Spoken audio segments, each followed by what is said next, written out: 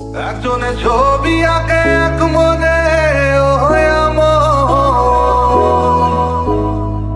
আরেকজনে বসে বসে রং মাখে।